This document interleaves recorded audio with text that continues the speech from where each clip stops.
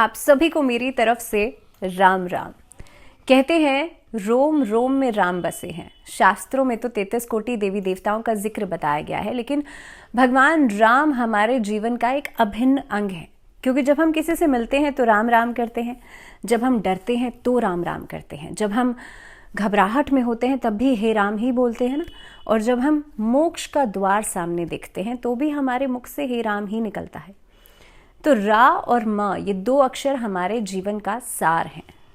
भगवान राम के नाम को जपने के चमत्कारी लाभ आप सब ने देखे होंगे, सुने भी होंगे, लेकिन आज हम उस प्राचीन विधि की बात करेंगे जो कि लंबे समय से चली आ रही है। देखिए, राम नाम को जपने के साथ साथ लिखने का बहुत फायदा या बहुत एक विधि बताई गई है। और ख़ास तौर पे पहले समय में ऐसे होता था कि जैसे किसी को फोकस करने में, किसी को ध्यान लगाने में समस्या आती थी तो उसको कहा जाता था आप राम नाम लिखिए। लेकिन बदलते समय के साथ क्योंकि हम बहुत कारगर हैं चीज़ों को फेर बदल करने में, तो इसीलिए हमने भी अपने फ़ायदे ढूंढ लिए। अब फोकस करना है, मन को एकाग्रचित करना है, तो उसके लिए राम नाम लिखना है। क्योंकि लिखने में होता यह है कि आपकी इंद्रियां सक्रिय होती हैं, बोलने में भी होती हैं, लेकिन लिखते समय आपकी बॉडी एक्टिव है, आपका मन बुद्धि, आपकी आंखें देख रही हैं उससे एक्टिव हैं। वहीं पर जब लिख रहे हैं तो आप बोल भी रहे हैं तो आपके कान भी एक्टिव हैं। अब दूसरी बात, जब इंसान बोल रहा है तो ऐसा कई बार हो सकता है कि भाई काम करते करते राम नाम बोल रहा है तो आप ईश्वर को तो याद कर ही रहे हैं, लेकिन फिर भी मन भ्रमित हो सकता है। लेकिन लिखने के अपने अलग चमत्कारी लाभ बताए गए हैं। लेकिन जैसे मैंने कहा, बदलते समय के साथ इस विधि के सौंदर्य को ख़त्म कर दिया है। वो ऐसे क्योंकि आजकल लोग अपनी मनोस्थिति नहीं देखते, बल्कि आजकल बैंक्स हैं, आप राम नाम को लिखिए और बहुत मोटी मोटी किताबें करके लोग जमा कर देते हैं। भाई हमने 5 लाख बार लिख लिया, हमने 10 लाख बार लिख लिया, हमने 10,000 बार लिख लिया, और वो बहुत गर्व के साथ दिखाते हैं या बताते हैं। मेरे भी जीवन के साथ एक किस्सा जुड़ा है जब मैं छोटी थी, वो भी मैं आपसे डिस्कस करूंगी, लेकिन सबसे पहले इस विधि को समझ लेते हैं। तो मैं किसी से मिली कुछ समय पहले, उन्होंने मुझसे कहा कि मैंने 10,000 बार राम नाम लिखा है और मैं बैंक में जमा कर देता हूँ।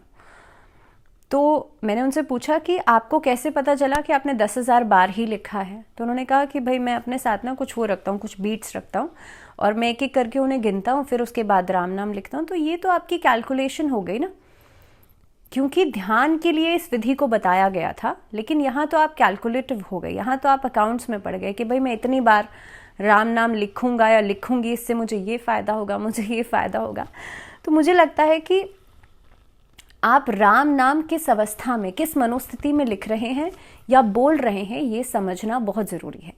किसी भी काम को अगर किसी मनोकामना के लिए किया जाए तो उसे सकाम कहा जाता है।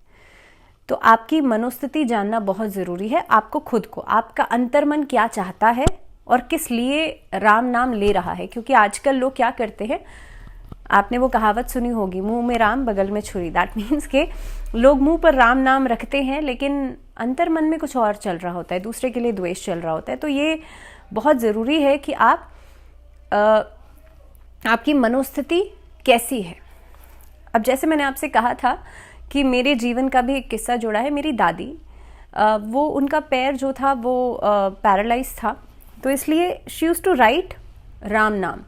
सो वो राम नाम की किताबें लिखा करती थी, यानी कि जो नोटबुक्स होती हैं वो लिखा करती थी। अब because I was very small तो मैं उन्हें देखा करती थी, लेकिन क्योंकि मेरे घर का जो माहौल था वो बहुत आध्यात्मिक है, मेरे फादर एस्ट्रोलॉजर हैं और शुरुआत से ही बहुत पूजा पाठ का माहौल था, तो इसलिए मेरा इन्वॉल्वमेंट इन चीज़ों में ज़्यादा रहा। तो इसीलिए मैं भी उनसे प्रेरित हुई और मैंने भी लिखना शुरू कर दिया, विदाउट एनी कंसर्न कि मैं किस वजह से ये लिख रही हूँ। लेकिन हाँ, मुझे याद है कि मैंने अपने स्कूल के रजिस्टर के बहुत सारे पेजेस भर दिए थे, या मैंने पूरे रजिस्टर भर दिए थे। लेकिन उस समय पर ये कैलकुलेशन दिमाग में बिल्कुल नहीं थी कि ये लिखने से मुझे ये मिलेगा या ये लिखने से मैं ये कर लूँगी, या ऐसी कोई भी अकाउंट्स वाला कोई कैलकुलेशन नहीं थी मेरे दिमाग में। तो कहने का मतलब सिर्फ इतना ही है कि आप कई बार आप देखेंगे, बल्कि अक्सर हम सबके घरों में ऐसा होता है, जब भी कोई त्यौहार आता है तो हम घर के बाहर लिखते हैं सीताराम या राम राम। ये इसीलिए लिखा जाता था, ये कॉन्सेप्ट इसीलिए था कि जब भी कोई आपके घर के बाहर से निकलेगा या जब भी आप घर के अंदर आएंगे तो आप राम नाम लेंगे, आप सीता राम नाम लेंगे, आप उस ईश्वरीय शक्ति को याद करेंगे। देखिए, कहते हैं कि भक्त जब राम नाम लेता है तो वो खुद भी राममय हो जाता है। जब हम मर्यादा पुरुषोत्तम की बात कर रहे हैं, जिन्होंने अपने जीवन में इतने संघर्ष झेले हैं लेकिन उसके बावजूद भी वो अपनी मर्यादाओं में सीमित रहे, उसके बावजूद भी उन्होंने अपने प्रिंसिपल्स को नहीं छोड़ा, तो उन मर्यादा पुरुषोत्तम के अंदर इतने गुण थे जिनका जो बखान है वो तुलसीदास जी ने बहुत स्पष्ट रूप से किया है। और ख़ास तौर पे जब हम उनका नाम लेते हैं, अपने मुख से बार बार उनका नाम लेते हैं, चाहे सुख मिलें, चाहे दुख मिलें, चाहे डर के लें या हम मोक्ष को देख कर लें या फिर किसी भी वजह से लें, लेकिन उनके गुणों को कहीं ना कहीं पे हम अपना रहे हैं। तो बहुत ज़रूरी है कि आप किस मनोस्थिति में भगवान राम का नाम ले रहे हैं, उसे जप रहे हैं, ये अपने अंतर मन से पूछिए, ये अपनी अंतरात्मा से पूछिए और कैलकुलेशन के लिए नहीं।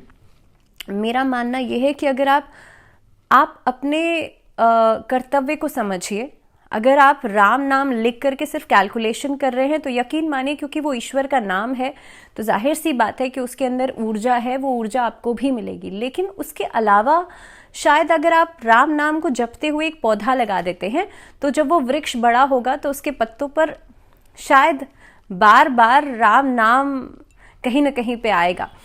तो मेरा मानना यह है कि आप किस अवस्था में हैं। और सबसे ज़रूरी बात देखिए, ये कॉन्सेप्ट जो था, ये जो विधि थी, जो शरीर से लाचार लोग होते हैं, जो मान लीजिए कि और काम नहीं कर सकते, भगवान की सेवा नहीं कर सकते, लेकिन उनके मन में सेवा भाव तो है, वो अध्यात्म से तो जुड़े हुए हैं, तो इसीलिए वो किस तरह से, अब आजकल तो हॉस्पिटल्स में जाएंगे तो वहाँ पर जो पेशेंट्स होते हैं उनके सामने टीवी लगा होता है और कुछ भी नहीं है तो सोशल मीडिया है, फ़ोन है सबके पास। लेकिन पहले समय में ये होता था कि जो शरीर से लाचार है वो बैठे बैठे क्या करेगा, अब वो बैठे बैठे राम नाम लिखेगा। ऐसी स्थिति में उसका मन, उसके हाथ, उसकी आंखें, उसके कान सब राम नाम में लगे हुए हैं। तो कहीं ना कहीं पे देखिए, हर चीज़ का अपना एक अलग लॉजिक, अपना एक अलग मतलब है, लेकिन आप उसे किस तरह से देख रहे हैं वो आपको समझना होगा, वो आपको जानना होगा। तो राम नाम को जपते रहिए और ख़ास तौर पे आप अपनी मनोस्थिति को समझिए, उसके बाद आप राम नाम को जपेंगे तो शायद आपके लिए और ज़्यादा लाभदायक ही हो जाएगा, या आपके जीवन को और ज़्यादा सफल करेगा। इसी के साथ एक बार फिर से आप सभी को मेरी तरफ से राम राम। फिलहाल दीजिए इजाज़त, ध्यान रखिए अपना।